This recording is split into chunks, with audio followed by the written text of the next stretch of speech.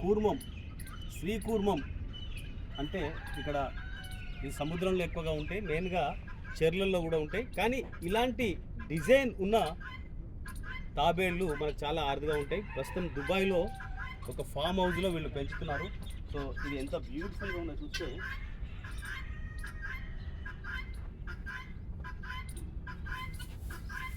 దీని మీద డిజైన్ చూడండి ఎంత బ్యూటిఫుల్గా ఉన్నదో. చాలా మటుకు వీటిని ఏం చేస్తారంటే మనిషి జీవితం కంటే కూడా ఎక్కువ జీవించే జీవి ఏదైనా ఉన్నదంటే భూమిపైన ఇది జలచరము, తర్వాత భూచరము. భూమి మీద నివసిస్తుంది, తర్వాత నీళ్ళల్లో కూడా ఉంటుంది. మెయిన్గా ఇది ఎన్ని సంవత్సరాలు బతుకుతుంది తెలుసా? 1000, మోర్ దెన్ 1000 ఇయర్స్ కూడా ఈ తాబేలు బతుకుతుంది. అంటే తాబేలు కనుక అది 1000 సంవత్సరాలు ఉంటే బహుశా మనం ఉండం, కానీ ఇది బహుశా ఇంత పెద్దగా అవుతుంది కావచ్చు, అంత పెద్దది. సో ఇంత బ్యూటిఫుల్ డిజైన్ చూడండి. ఆ పక్కన చూడండి నెమళ్ళు కూడా ఎంత బ్యూటిఫుల్గా ఆడుతున్నాయి.